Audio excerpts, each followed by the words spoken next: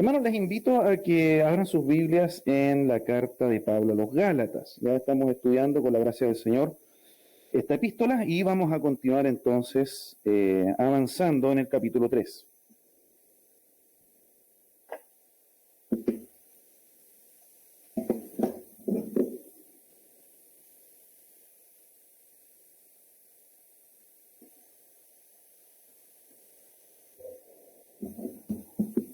Bien, como estamos estudiando esta carta, o estamos teniendo exposiciones respecto a esta carta cada aproximadamente 6 semanas o 5 semanas, entonces siempre es bueno hacer un poquito de repaso para que recordemos dónde vamos y qué hemos ido, cómo hemos ido avanzando.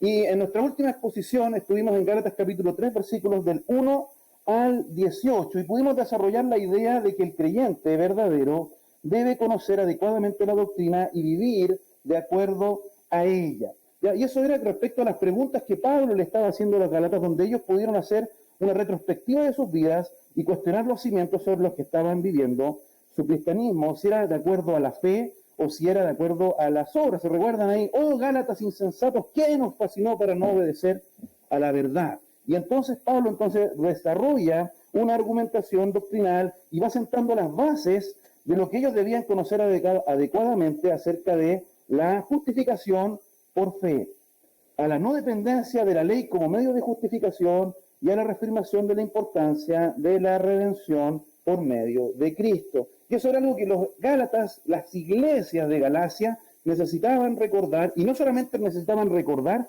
sino que también debían vivir. También él hace un recordatorio de que la promesa divina de salvación y bendición descansa en un pacto hecho por Dios, el cual es seguro e irrevocable y que no depende de las obras del hombre. Entonces, él argumentó con respecto a eso que hubo una promesa que se hizo a Abraham y a su descendencia en el sentido espiritual, y entonces eso era más importante y era preeminente por sobre las obras que vinieron, el pacto de obras que vino después. Ahora, esto nos llevó a hacer algunas preguntas para que nosotros pudiésemos también evaluar nuestra vida y estemos viendo, ¿somos obedientes a la verdad del Evangelio? ¿Conocemos adecuadamente nuestra teología? ¿Practicamos consecuentemente lo que conocemos? ¿Nos relacionamos con Dios y con nuestros hermanos según la fe y la gracia que hemos recibido? Y estas son las preguntas que realmente nos hacen aterrizar lo que le estaba pasando a las iglesias, a los hermanos que estaban en Galacia hace casi 2000 años atrás, pero que es aplicable el día de hoy a nosotros, hoy aquí en Monteverde, la Florida, Santiago de Chile. Porque la palabra de Dios es viva y eficaz y tiene entonces sentido y aplicación para nosotros en cada momento de la historia. Ahora, continuando con nuestra exposición de Gálatas, el día de hoy nos enfocaremos en una comparación sencilla, que vamos a ver una comparación entre la ley y la promesa. Les pregunto, ¿cuál es nuestra experiencia con las promesas en general? Quizás quiero preguntar a algunos ahí, oye, ¿recuerdan alguna promesa que recibieron? Y uno dice, uy, sí, una vez me prometieron tal cosa. Quizás esa promesa fue cumplida tal y como se presentó. ¿Verdad? Quizás los niños acá que están, oye, les prometo que van a tener un juguete nuevo. Y el juguete era exactamente lo que uno se había imaginado. Pero quizás a otros nos ha pasado de que nos han hecho una promesa y la promesa no fue exactamente igual a lo que esperábamos. Quizás también nos puede haber pasado de que la promesa recibida no se materializó. Y entonces uno queda así como, qué lata. Siempre recuerdo un caso, yo le cuento a los chicos de la UDJ, estábamos en la universidad, y había un ayudante de un ramo de economía. Y él era muy simpático, trataba de ser muy simpático con la gente. Entonces un día prometió a la clase completa, él no era el profesor, era el ayudante, chiquillo, organicemos un asado, yo invito y pongo la carne y ustedes ponen lo demás. Y todos fascinados, todos se organizaron, hicieron una lista. Dijo, ya la próxima semana yo vengo, acá nos ponemos de acuerdo, vamos, vemos dónde nos juntamos, en un parque y todo, y yo me pongo con el asado. Éramos como 40 alumnos. Ese fue el último día que vimos al ayudante, no lo vimos más. Por lo tanto, esa promesa quedó ahí, ahora era medio chantita igual, pero sucede a veces de que hay promesas que no se cumplen. Ahora veámoslo por el otro lado. Cuando nosotros hacemos promesas, ¿Nos ha pasado que hemos prometido y realmente no hemos cumplido lo que deberíamos? ¿Es algo que hemos experimentado o que otros han experimentado con nosotros? Quizás a veces a los papás nos pasa, ¿ya? Que dicen, vamos a hacer esto, vamos a ir a tal lugar y de repente las cosas no se dan y entonces los hijos dicen, pues yo no cumplieron lo que habían prometido. U otras cosas. ¿Y sabes por qué pasa esto? Porque el hombre, cuando promete, siempre está esta posibilidad de que se cumpla, o de que cumpla a media. Lo que dijo que iba a hacer. Esa es la promesa divina, de que Dios promete algo exacto y lo cumple exactamente. Y eso es lo que vamos a estar viendo en esta mañana. Ya vimos en la exposición anterior acerca de la promesa de Dios dada a Abraham, y en esta ocasión veremos cómo esta promesa se aplica al creyente, teniendo en vista también la labor de la ley, porque esto es algo importante. Recordemos de que los Gálatas estaban en un serio conflicto de que, ¿cuál era la labor entonces de la ley? ¿Debo seguir la ley? ¿No debo seguir la ley? Unos decían, sí, tienes que seguir la ley, o si no, no vas a ser salvo. Y otros decían, pero estamos libres, entonces no tenemos que seguir la ley. Bueno, Pablo va a dar algunas respuestas en este pasaje. Vamos entonces a estar en Gálatas capítulo 3, versículos 19 al 29. El día de hoy vamos a estar viendo este tema que es valorando la promesa. Valorando la promesa. Y no olvidemos de que estamos en un tema general, un contexto general que es la libertad cristiana. ¿Ya? ¿Qué es la libertad cristiana?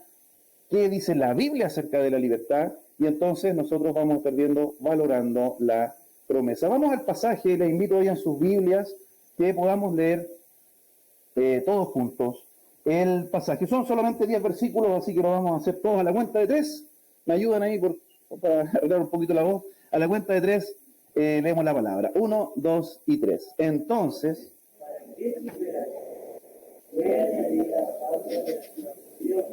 hasta que viniese la viniente de esta casa, ordenada por medio de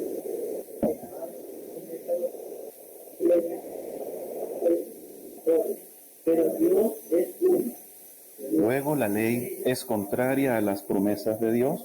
En ninguna manera, porque si la ley dada pudiera vivificar, la justicia fuera verdaderamente por la ley. Mas la Escritura lo encerró todo bajo pecado, para que la promesa que es por la fe en Jesucristo fuese dada a los creyentes. Pero antes que viniese la fe, estábamos confinados bajo la ley, encerrados para aquella fe que iba a ser revelada. De manera que la ley ha sido nuestro ayo para llevarnos a Cristo, a fin de que fuésemos justificados por la fe. Pero venida la fe, ya no estamos bajo ayo, pues todos sois hijos de Dios por la fe en Jesucristo. Porque todos los que habéis sido bautizados en Cristo, de Cristo estáis revestidos.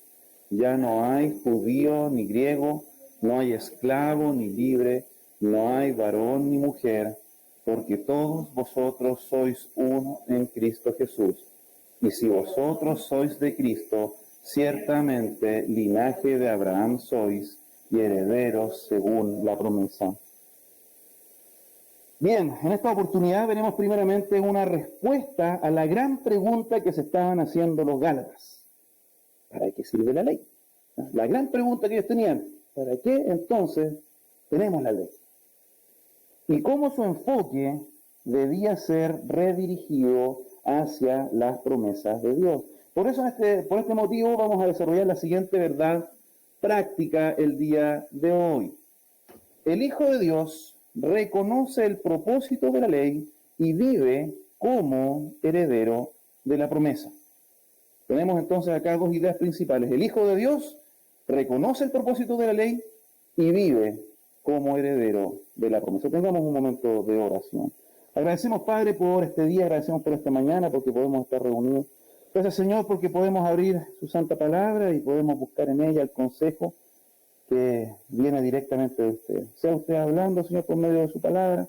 También que nuestros corazones puedan estar atentos a oír, que nuestra disposición también sea la de estar escuchándole, Señor. pido por los que están acá presentes, también por los otros hermanos que están conectados, para que sea usted hablándonos en este día. En nombre de Jesús. Amén.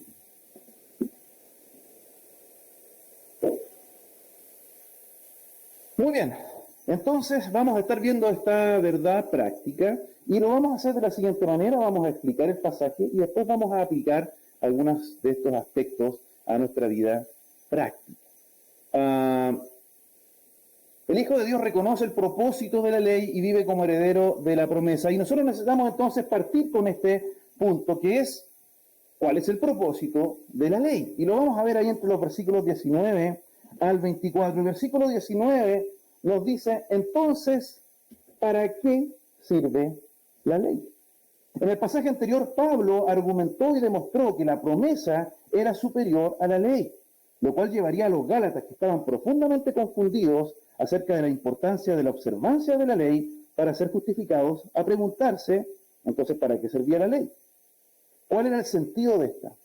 Es aquí donde el apóstol presenta el propósito y le da el correcto sentido que los creyentes debían tener. Y uno de los propósitos de la ley es revelar el pecado.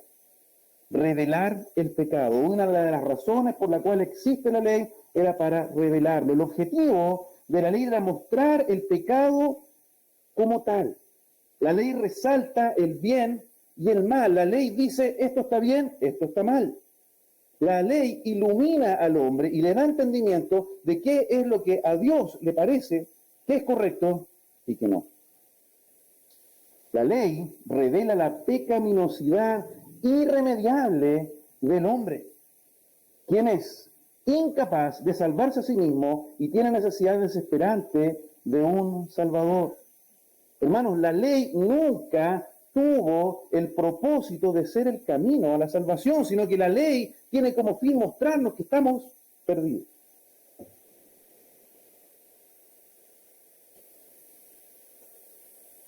Entonces, ¿para qué sirve la ley? Fue añadida a causa de las transgresiones, a causa de los pecados. ¿Hasta qué dice ahí? Que viniese la simiente a quien fue hecha la promesa. Y ya vimos en la exposición anterior, pero lo recordamos, que la simiente es Cristo. Ya eso lo dice el versículo 16 del capítulo 2. Y sabiendo, del capítulo 3. Ahora bien, a Abraham fueron hechas las promesas y a su simiente, no dice y a las simientes, como si hablase de muchos, sino como de uno, y a tu simiente, la cual es Cristo, tu descendiente. Ya eso es lo que está diciendo. Cristo es aquel que fue hecha la promesa donde todos vayan a ser salvos. Eso es lo que está diciendo en esta parte del pasaje. Bueno, fíjense que en esta sección vamos a ver una sobreabundancia de la palabra Cristo en la argumentación del apóstol. Es nombrado 8 veces en los 10 versículos. Si ustedes se fijan ahí, solamente vemos rapidito, desde el versículo 24 dice, para llevarnos a Cristo. El versículo 26, en Cristo Jesús. 27, en Cristo. 28, en Cristo Jesús. Y vosotros 29, y sois de Cristo. Y así lo va nombrando. Y la simiente es Cristo también. Podemos ver la participación fundamental y protagónica de nuestro Salvador, nuestro Señor Jesucristo, en todo lo relacionado a las promesas de Dios. La participación de Jesús es fundamental.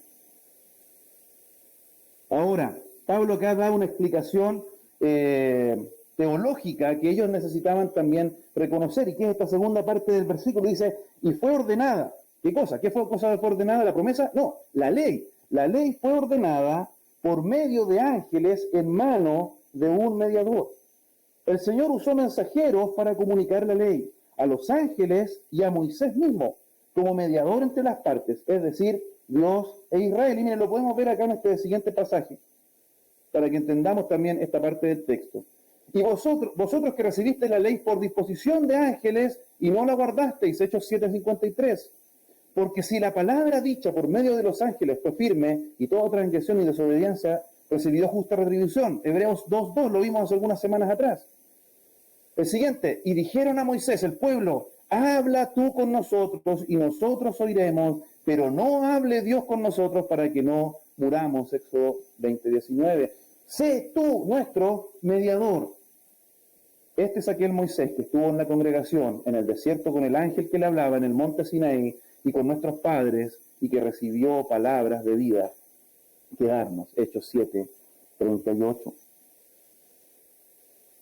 Pablo extiende la argumentación acerca del pacto de Dios con Israel y hace una aclaración respecto a la promesa. Miren, seguimos en el versículo 20, dice, y mediador no lo es de uno solo, pero Dios es uno.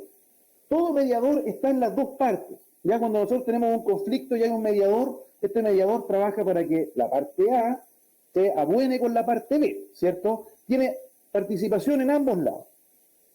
Pero Dios hizo una promesa desde su propia posición sin esperar nada a cambio del hombre.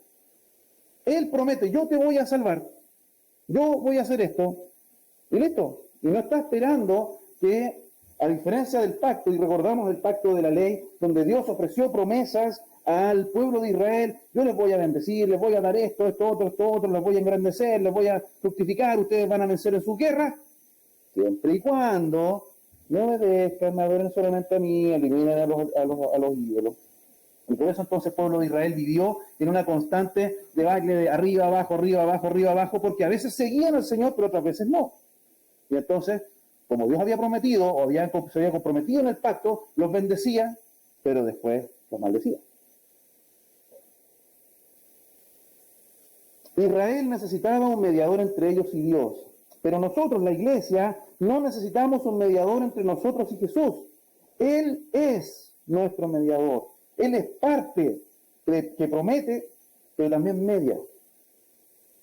La ley fue un acuerdo de dos partes presentado por mediadores. La salvación en Jesús por la fe se recibe solo por una promesa. Y esa es la gran diferencia de cómo están absolutamente desbalanceados el valor que uno le puede dar a la ley, que tiene su valor y lo vamos a ver, pero la promesa es lo más importante. Y eso es algo que los Gálatas no estaban entendiendo.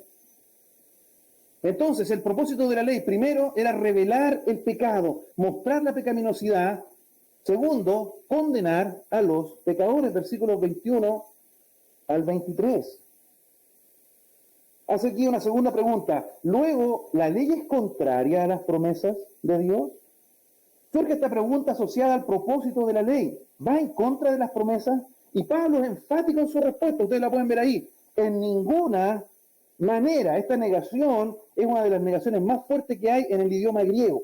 No, por ningún motivo, Dios no lo quiera. No, no es así. Para descartar la idea de que la ley y la promesa cumplan propósitos opuestos. Él ya había mencionado esta expresión en el capítulo 2, versículo 17. Dice, ¿es por eso Cristo ministro de pecado? En ninguna manera. En ninguna manera.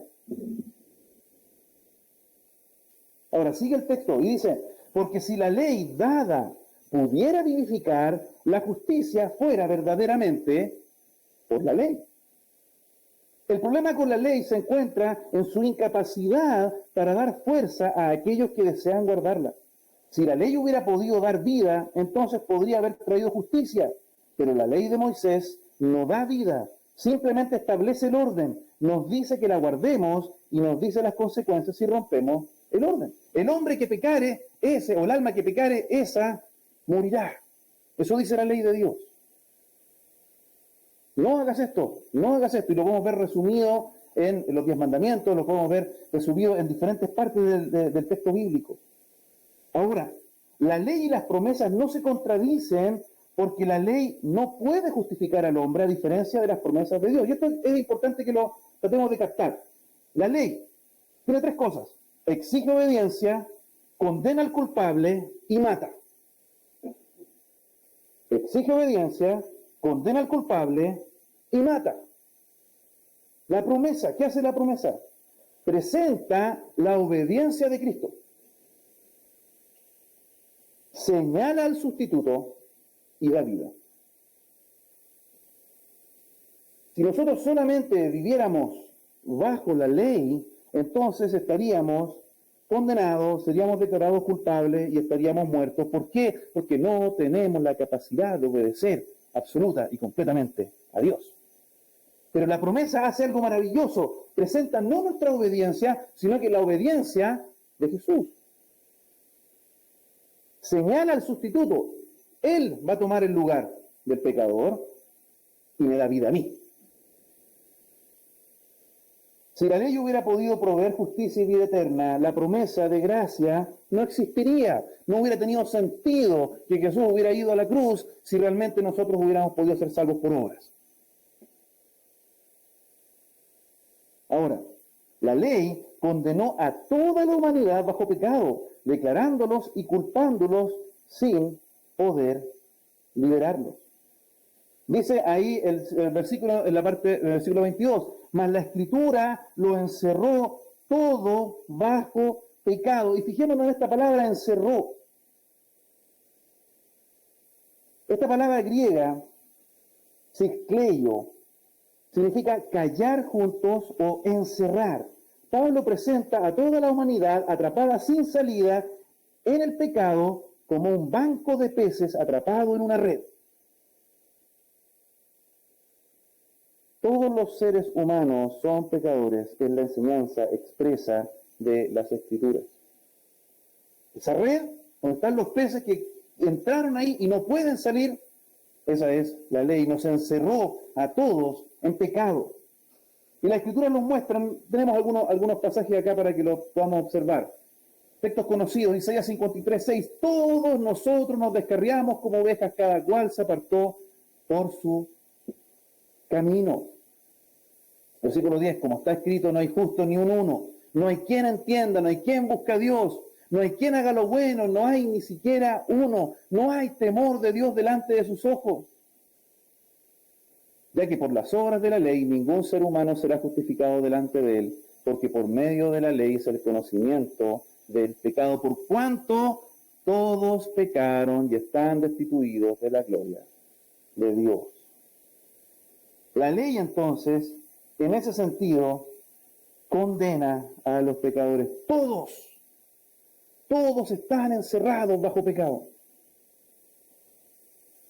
Pablo personifica la ley como el carcelero que vigila muy de cerca a los pecadores, condenados que están a la espera de recibir la pena de muerte bajo el juicio de Dios.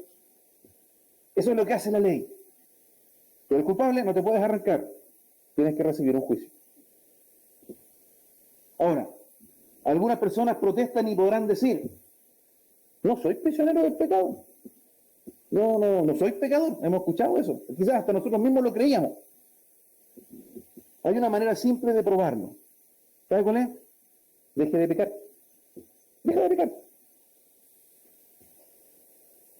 Pero si no puedes dejar de pecar, o si alguna vez tienes un historial de pecado, entonces estás encarcelado por la ley de Dios. Basta un solo pecado para transformarnos en pecadores. Y es un hecho de que toda la humanidad está bajo no solo un solo pecado, sino que muchos pecados. Lamentablemente por nuestra naturaleza caída. Y la Biblia, entonces las Escrituras, la ley, nos muestra y nos recuerda eso. Que todos son pecadores. Ahora, continúa el texto ahí. Y dice, para que la promesa que es por la fe en Jesucristo fuese dada a los creyentes. Dada a los creyentes. Solo la fe puede liberarnos de nuestro confinamiento del pecado. La ley de Moisés puede mostrarnos claramente nuestro problema y el estándar de Dios, pero no puede darnos la libertad que solo Jesús puede dar. La libertad se da a los que creen. La fe en Cristo es el eje gravitante y diferenciador entre la ley y la promesa.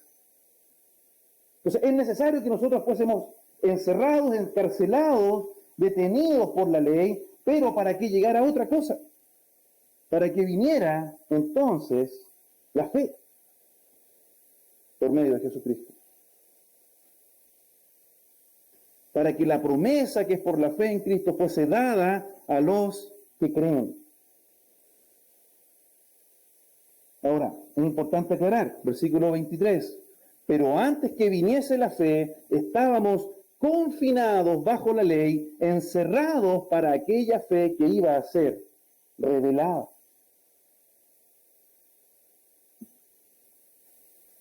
La palabra confinado, proureo, proteger por una guardia militar, ya sea para evitar una invasión hostil o para evitar que los habitantes de una ciudad sitiada huyan.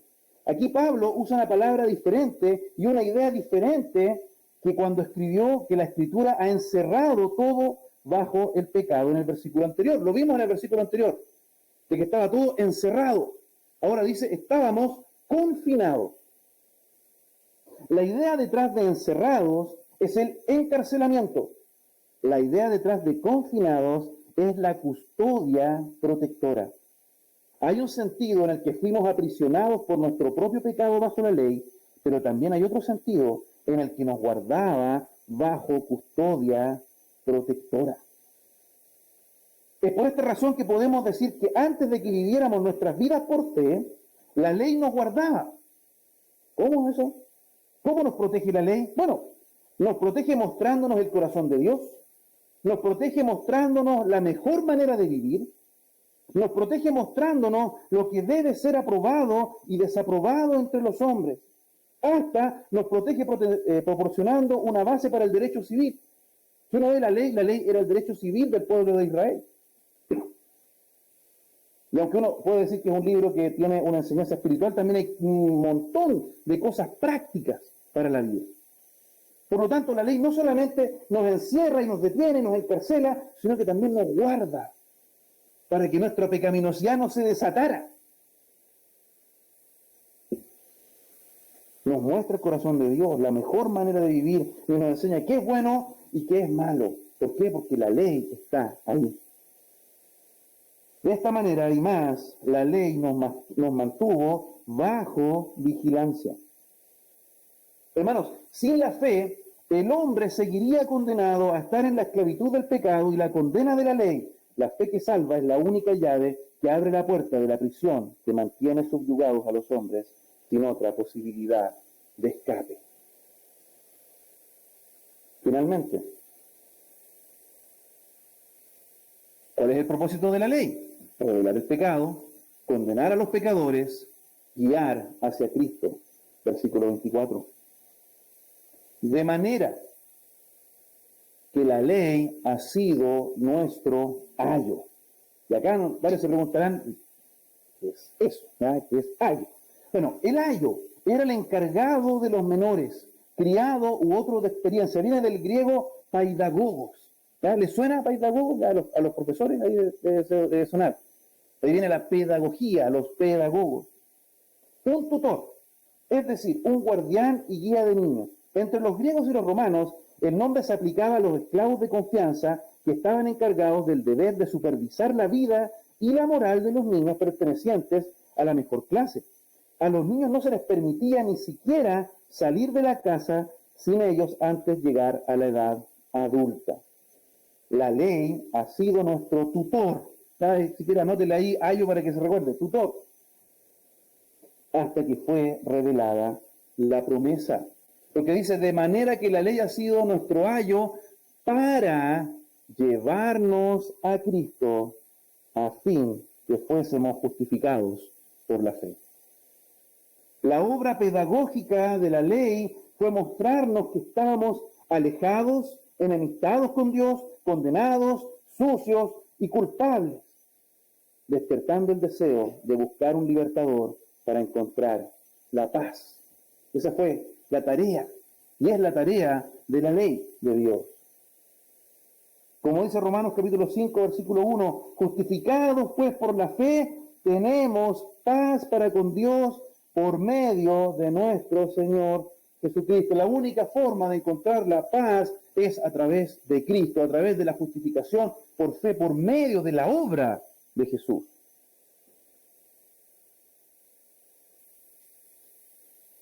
todo el propósito de la ley es llevarnos a Jesús. Por lo tanto, si alguien no presenta la ley de una manera que lleve a las personas a la fe en Jesús, no está presentando la ley correctamente. La forma en la que Jesús presentó la ley, la podemos ver ahí en Mateo capítulo 5, donde le dice, no penséis que yo he venido a abrogar la ley, sino que yo he venido a cumplirla.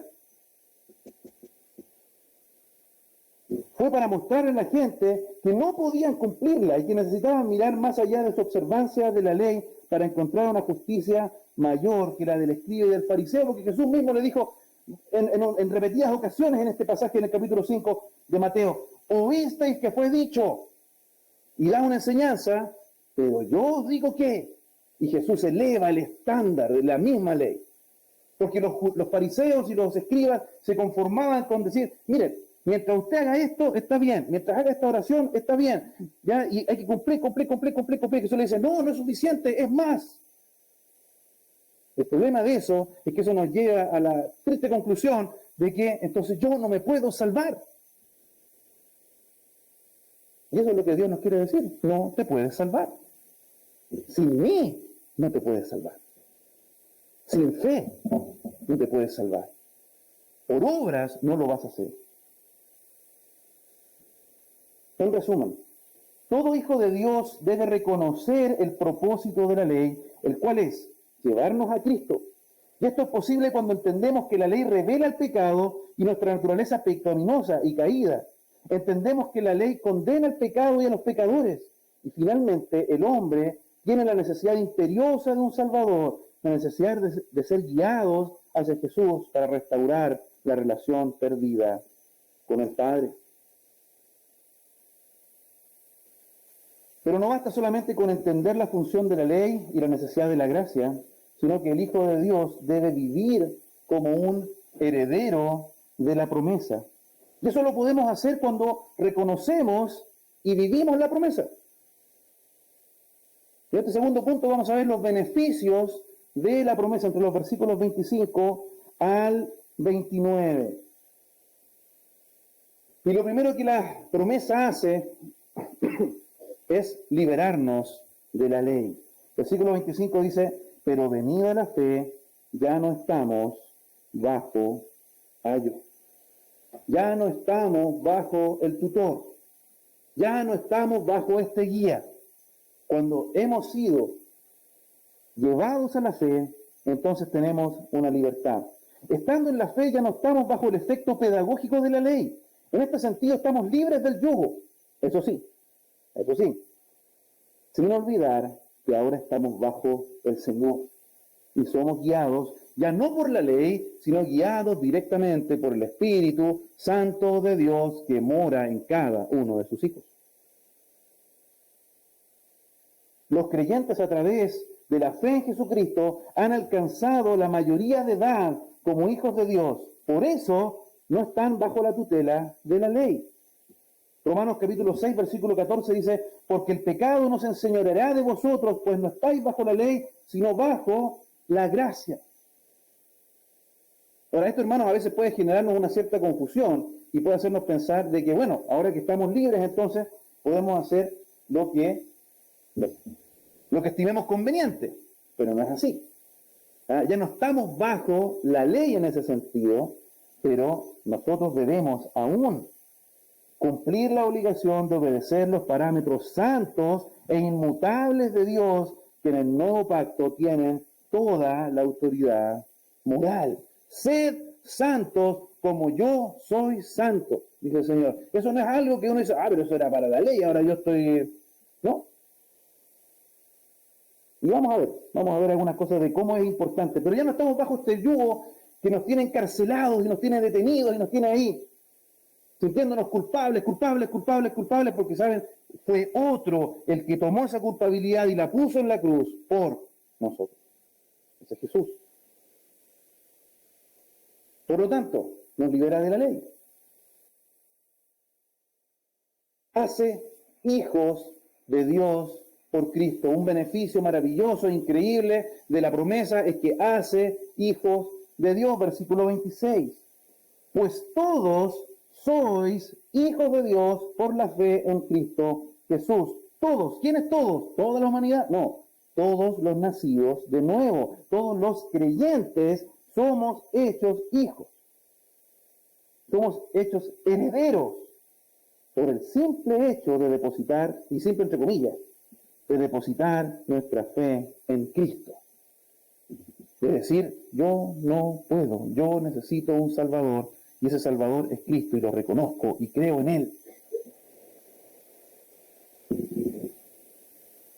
Y eso entonces nos convierte en hijos de Dios. Comparado con lo que los Gálatas estaban siendo enseñados, esta era una declaración revolucionaria. En el pensamiento judío tradicional, llevado al cristianismo por los cristianos judíos, tu posición ante Dios se medía por tu obediencia de la ley. Para estar realmente cerca de Dios, considerados hijos de Dios, había que ser extremadamente observantes de la ley, tal como eran los escribas y los fariseos. Pablo aquí nos dice que podemos ser considerados hijos de Dios de una manera completamente diferente, porque es por la fe en Cristo Jesús. La posición en la cual nosotros somos llevados es impresionante. Estar entre los hijos de Dios significa que tenemos una relación especial con Dios, como un Padre amoroso y afectuoso.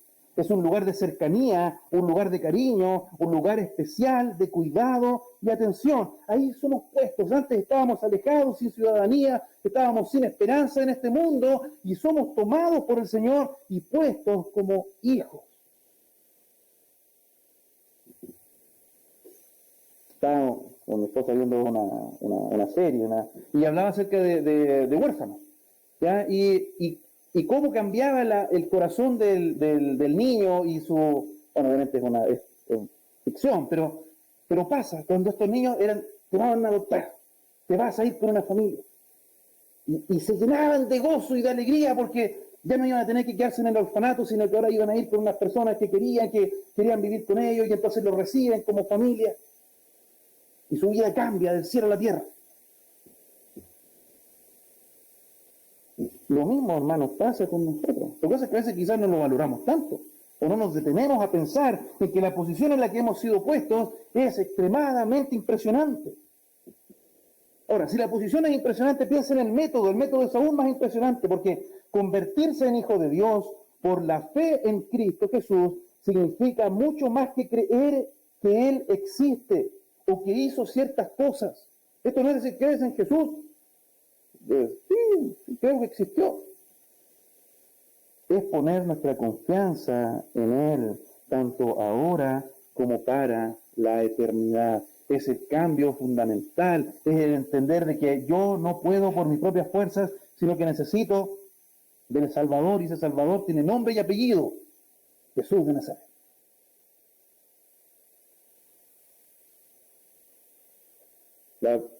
La promesa libera de la ley, hace hijos de Dios por Cristo, los bautiza en Cristo. Versículo 27, primera parte.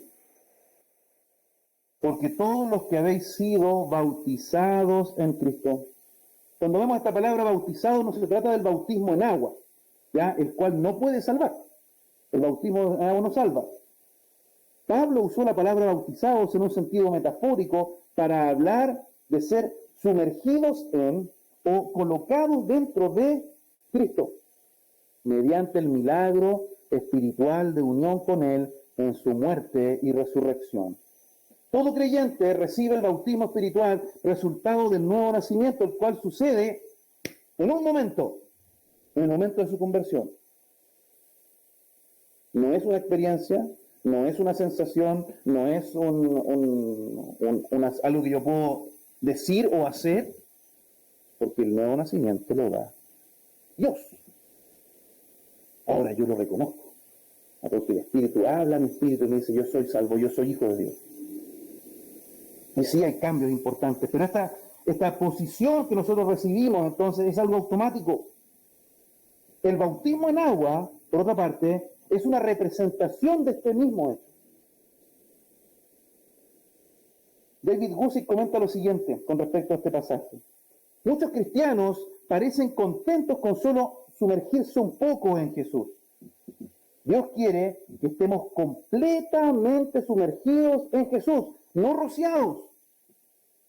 No solo una parte de nosotros sumergida. Cuando una persona se sumerge en el agua, ya ni siquiera se ve mucho la persona, se ve principalmente el agua. Cuando vivimos como bautizados en Cristo, ya no ves tanto de mí. En su mayoría ves a Jesús.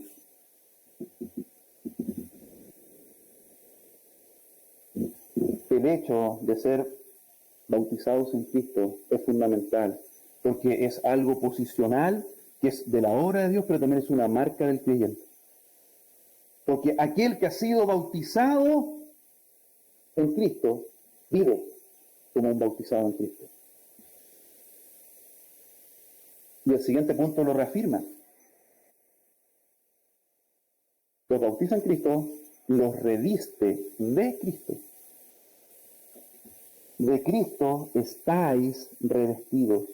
Esta palabra revestidos significa y habla de hundirse en ropa o ponerse ropa, vestirse.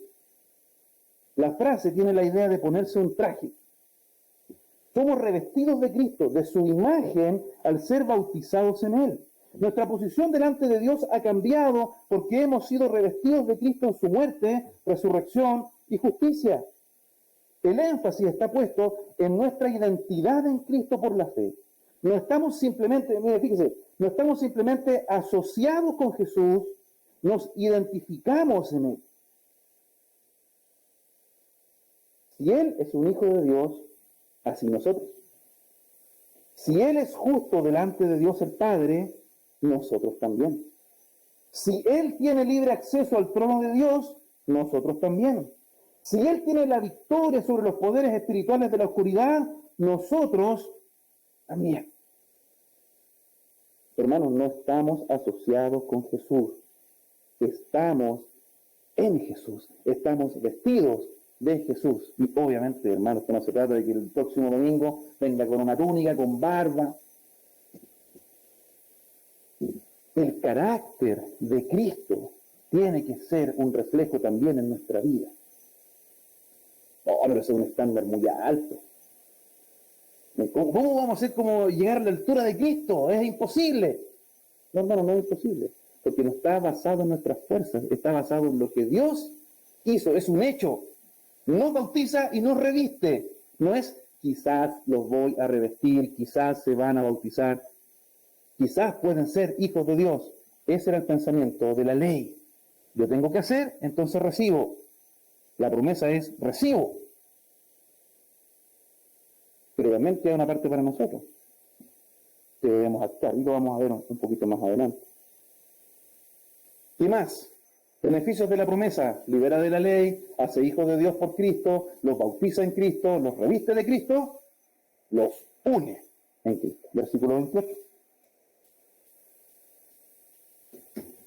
Ya no hay judío ni griego, no hay esclavo ni libre, no hay varón ni mujer, porque todos vosotros sois uno en Cristo Jesús. Y este pasaje es interesante, es importante que usted lo tenga ahí presente. A veces uno lo ocupa para argumentar otras cosas, pero hay que entender de qué está hablando el texto y en el contexto en el que está.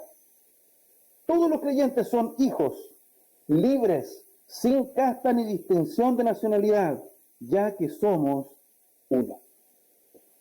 Está hablando de los hijos de Dios. Somos uno, no hay diferencia. Esta unidad espiritual, donde hemos sido vivificados por el mismo Dios y Padre, rescatados por el sacrificio del mismo Salvador. Por lo tanto, es importante que entendamos esto. Tenemos un mismo Salvador, tenemos un mismo Señor, un mismo bautismo, un mismo Espíritu. En ese sentido somos iguales. No se pagó más por mí que por usted. Cristo no sufrió más por ustedes que por otros. Ahora, esto no quiere decir que no haya diferencias. Pablo sabía que todavía había una diferencia entre judíos y griegos, y su enfoque evangelístico podría diferir para cada grupo. De hecho, el mismo Pablo en algún momento habla acerca de que Para algunos tengo que tratarlos de una manera, para otros voy a tener que tratarlos de otra manera, porque hay elementos sociales o culturales que son necesarios considerar. El esclavo tenía todavía la obligación diaria de obedecer a su amo, aunque pudiera ser igual en Jesús, con su amo. Y hay enseñanza explícita acerca de eso, de que siervos, servid a vuestros amos, hacedlo para el Señor, no mirando al ojo, no sirviendo al ojo, perdón. Todavía hay roles diferentes para el hombre y la mujer en el hogar y en la iglesia, aunque son iguales ante Dios. Hay diferencias en el rol y en la función, pero ninguna en estar delante de Dios por medio de Jesús. John Stott comenta lo siguiente: cuando decimos que Cristo ha abolido estas distinciones, no queremos decir que no existan, sino que ya no crean barreras para la comunión. Y eso era lo que ellos estaban viviendo. ¿Recuerdan qué fue lo que le pasó a Pedro? Primero se juntaba con los gentiles, comía con los gentiles, y después se corrió, ¿cierto? Porque llegaron los judíos y dijo, no, voy a juntar con ellos. Somos uno, somos un solo pueblo. Aunque tenemos algunos roles que obviamente van a variar, y están explicitados en la palabra del Señor, por lo tanto, no es un problema ese. Ahora recordemos que Jesús pidió expresamente al Padre por la unidad de los creyentes, y vamos ahí a Juan, capítulo 17, ver algunos versículos. Dice, para que todos sean uno, como tú, oh Padre, en mí, y yo en ti, que también ellos sean uno en nosotros, para que el mundo crea que tú me enviaste. La gloria que me diste yo les he dado, para que sean uno, así como nosotros somos uno, yo en ellos y tú en mí, para que sean perfectos en unidad, para que el mundo conozca que tú me enviaste y que los has amado a ellos como también a mí me has amado. Si para nuestro Señor Jesucristo era importante pedir al Padre por la unidad, ¿no debería ser eso algo fundamental en nosotros? No solamente reconocer la posición teológica, bíblica, doctrinal de la unidad, sino llevarlo a la práctica. Esto es increíble. Algunos harían que Pablo excluyera a algunos de los cristianos de origen gentil porque no se habían sometido a la ley de Moisés. Pablo los incluye diciendo, todos vosotros sois uno en Cristo. Ahora, otros podrían hacer que Pablo excluyera a algunos de los cristianos de origen judío porque su teología estaba equivocada en este punto y Pablo necesitaba corregirlo. Pablo los incluye diciendo, todos vosotros sois uno en Cristo. Leon Morris hace la siguiente reflexión. Muchos de los hijos de Dios carecen de una comprensión profunda del camino cristiano. Pero eso no significa que no sean cristianos genuinos. Ser cristiano es ser creyente, no tener una respuesta intelectual a todos los problemas que encontramos mientras vivimos en nuestra vida cristiana. ¿Y sabe qué, hermano? A veces puede ser más fácil decir, no está caminando como corresponde, no debe ser cristiano, no debe ser al final de la mentira, actuaba. Y a veces podemos ser muy rápidos para eso. El Señor nos recuerda en este pasaje que sois uno en Cristo. Pueden estar equivocados y debemos, a la luz de las Escrituras, estudiar y llegar a un acuerdo y ver cuál es la verdad bíblica. Pero no debemos olvidar que los hijos de Dios somos uno. Finalmente, los beneficios de la promesa: libera de la ley, hace hijos de Dios por Cristo, los bautiza en Cristo, los reviste de Cristo, los une en Cristo y los hace pertenecer a Cristo. Versículo 29. Y si vosotros sois de Cristo, ciertamente linaje de Abraham sois, herederos y herederos según la promesa. Al pertenecer a Cristo por medio de la fe, nos hacemos linaje espiritual de Abraham y herederos de las bendiciones espirituales de la promesa. ¿Cuál es esta gran promesa, hermanos? La justificación por fe. Espero que ninguno vaya a pensar, riqueza, ¿ya? Salud, bendiciones. Justificación por fe. Uno podría decir, pero eso no. Hermanos, es todo. Porque no había forma de ser declarados justos delante de Dios si no era por medio de la fe. Imposible. Por lo tanto, da lo mismo la riqueza, da lo mismo la salud. Si no somos declarados justos delante de Dios, estamos absolutamente perdidos. Esa es la promesa. Si sois de Cristo, qué interesante lo que dice, y si vosotros sois de Cristo, uno puede decir, pasarlo nomás, pero pongámoslo aquí como el verdadero asunto. Miren, el asunto no es, ¿está usted bajo la ley? El problema no es, ¿eres judío o gentil? El problema tampoco es, ¿eres esclavo o libre? La cuestión no es, ¿eres hombre o mujer? El único problema es saber si eres o no de Cristo. Si somos de Cristo, entonces hay maravillas, hermanos. Encontramos nuestro lugar en la eternidad porque somos hijos e hijas de Dios. Encontramos nuestro lugar en la sociedad porque somos hermanos y hermanas en la familia de Dios. Encontramos nuestro lugar en la historia porque somos parte del plan de Dios para las edades relacionados espiritualmente con Abraham por nuestra fe en Jesús. Esto es el siguiente comentario. Ser de Cristo me permite responder a la más básica de todas las preguntas humanas. ¿Quién soy yo? Y él puede decir, en Cristo soy un hijo de Dios, en Cristo estoy unido a todo el pueblo redimido de Dios, pasado, presente y futuro. En Cristo descubro mi identidad, en Cristo encuentro mi camino, en Cristo vuelvo a casa.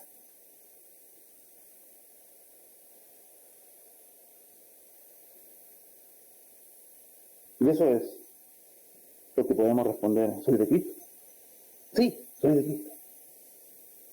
Por lo tanto, tengo acceso a todas estas promesas, a todas estas maravillas. Ahora yo pregunto, ¿somos de Cristo?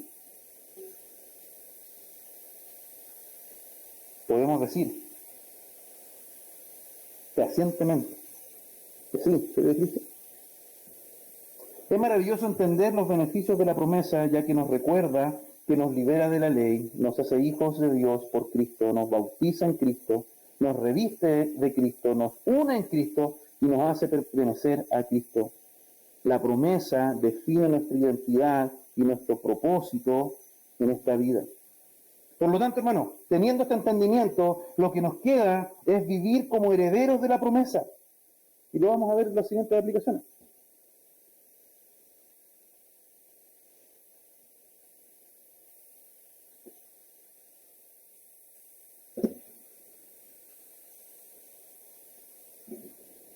Recordemos que los creyentes de Galacia fueron confrontados con las verdades bíblicas que les fueron presentadas.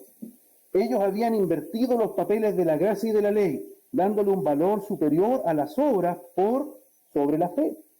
La iglesia de hoy quizás no tenga estas mismas confusiones, pero somos llamados y desafiados a vivir de acuerdo a lo que las Escrituras dicen del creyente, por lo que debemos considerar lo siguiente. Hermanos, somos libres de la ley. No hay obras que podamos hacer que nos hagan más justos y aceptos delante del Señor. Esa es la verdad bíblica. No hay obras. Ahora, ¿estamos viviendo nuestra relación con el Padre basándonos en obras? No, pues si acabamos de decir que no. Pero de repente quizás hay pequeñas cosas. El ofrendar, el asistir, el participar de algún tipo de actividad, el hacer algún tipo de acción. La estamos haciendo con el propósito verdadero de glorificar al Padre. O quizás puede ser que de repente estemos pensando en que, bueno, voy a hacer esto para que el Señor no se enoje conmigo. O para poder acercarme un poquito más.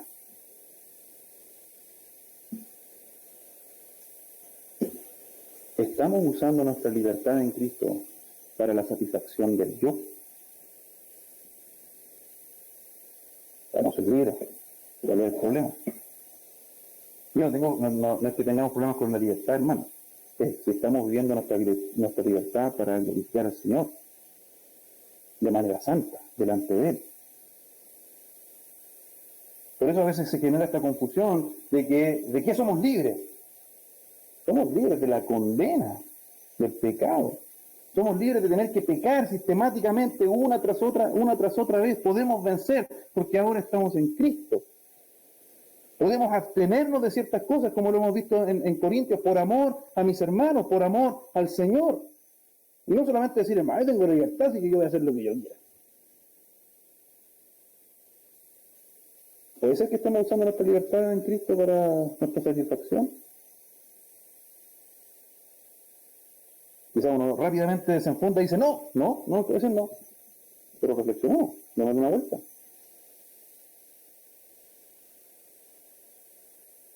Somos hijos de Dios. Somos hijos de Dios.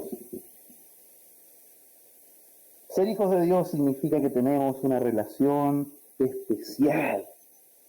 Que no es solamente el Dios allá arriba, creador, sino que es nuestro Padre. ¿Estamos disfrutando de la relación cercana, cálida y amorosa con nuestro Padre Celestial?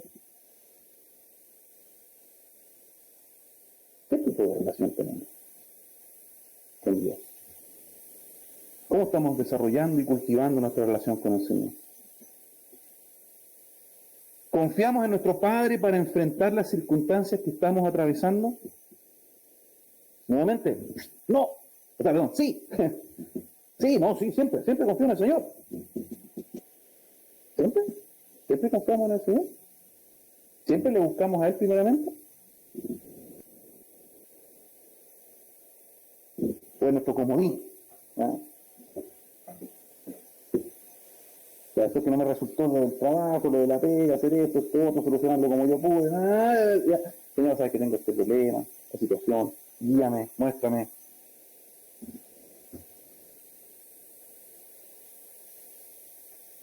O busco consejo en todo el mundo, en todos los que me rodean, y al final voy a la familia de Dios.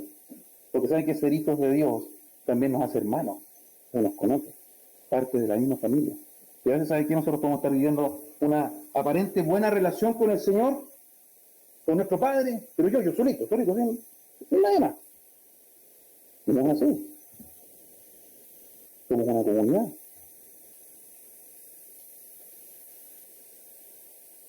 Nos identificamos con Cristo. Nuestra identificación con Cristo está en el bautismo y en el revestirnos de Él. Miren, cómo nos vestimos tiene un impacto real en cómo pensamos y actuamos. La forma en que nos vestimos tiene un impacto real en cómo nos vemos ante los demás. También es necesario saber vestirse adecuadamente para cada ocasión. Aunque, bueno, hoy en día como que la cosa es un poco más flexible, ¿no? Pero tiene que ver. Si yo un día llego acá, bueno, no sé, ya voy a ponerme como ejemplo, todo vestido de negro, una polera así con una calavera acá, te van a decir, oye, ¿qué le va a hacer hermano? ¿Por qué esto? No, porque es la que tenía a mano. No, yo quiero comunicar algo. Ahora eso tiene que ver con la ropa, ¿ya? Pero Pablo nos dice, vuestra ropa adecuada para cada día es vestirnos de Cristo. La gente debería ver que le perteneces a Él. Al mirar tu vida, debes vivir con la conciencia de que estás adornado con Jesús. Mi hermano, esto no significa, por favor, que vamos ahora a la primera librería cristiana a comprarnos poleras y polerones que digan Jesús. Si lo puede hacer, qué bueno que lo pueda hacer. Pero es un todo. Es nuestro carácter, es nuestras acciones, son nuestras palabras, son nuestras expresiones. En cada lugar donde nosotros estamos, debemos demostrar que estamos revestidos de Cristo. Y esa es la parte difícil.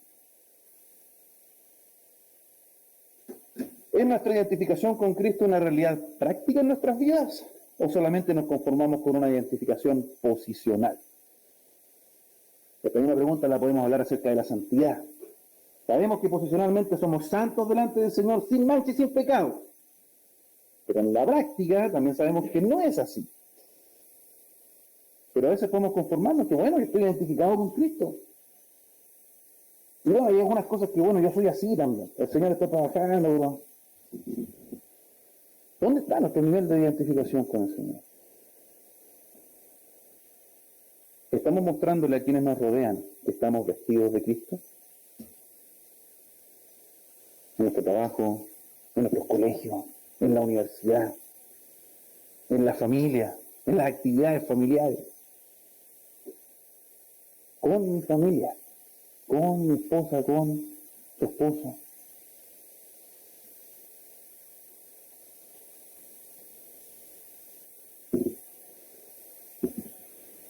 Estamos unidos en Cristo. Las barreras antipuestas por la religiosidad, la etnia, el estatus o el género han sido derribadas, ya que todos los hijos de Dios son uno en Cristo. Sabemos que delante de Dios somos uno. En nuestra vida cotidiana es así. Me considero unido con mis hermanos, con mis hermanas, con mi iglesia.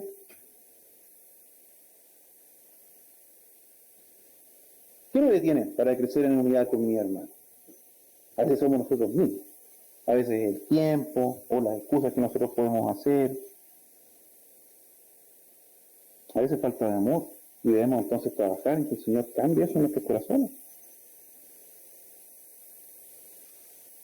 Somos uno. Delante del Señor somos uno. Bueno, eso también tiene que ser una realidad práctica.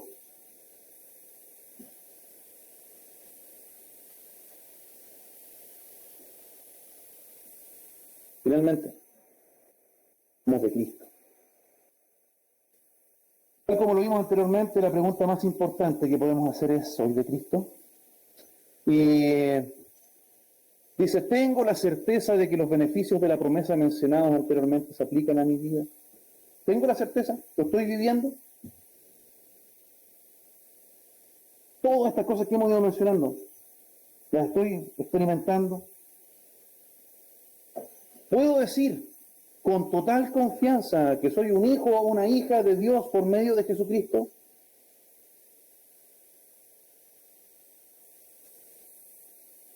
A veces tal vez nosotros no estamos experimentando la vida cristiana como deberíamos porque tal vez no somos hijos de Dios, no somos creyentes, quizás somos buenos religiosos.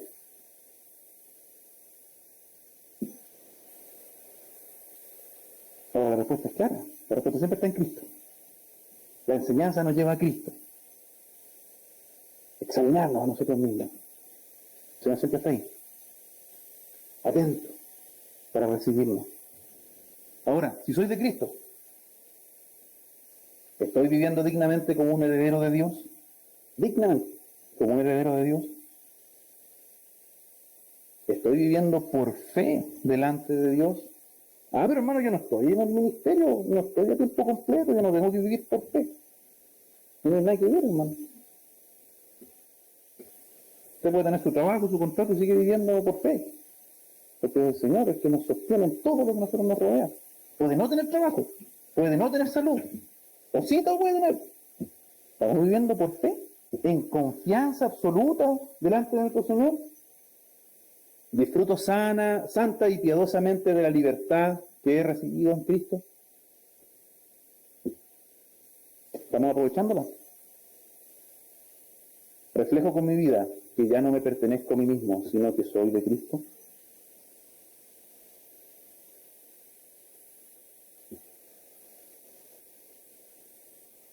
Planteamos al inicio de esta exposición que el Hijo de Dios reconoce el propósito de la ley y vive como heredero de la promesa. Vivimos el propósito de la ley, el cual es llevarnos a Cristo. Y esto es posible cuando entendemos que la ley revela el pecado y nuestra naturaleza pecaminosa y caída. La ley condena el pecado y a los pecadores. El hombre tiene la necesidad imperiosa de un Salvador, la necesidad de ser guiados hacia Jesús para restaurar la relación perdida con el Padre. Y también somos animados, hermanos, al entender los beneficios de la promesa que acabamos de ver. Nos libera de la ley, nos hace hijos de Dios por Cristo, nos bautiza, nos reviste de Cristo, nos une en Cristo, nos hace pertenecer a Cristo. La promesa define nuestra identidad y nuestro propósito en esta vida. Por esta razón, los creyentes debemos vivir de acuerdo a la realidad que tenemos en Cristo. Si lo estamos haciendo, seguir abundando más y más. Si no lo estamos haciendo, preguntarnos si realmente estamos en Cristo y pedirle a nuestro amoroso Padre Celestial que nos guíe para crecer más y más en la fe.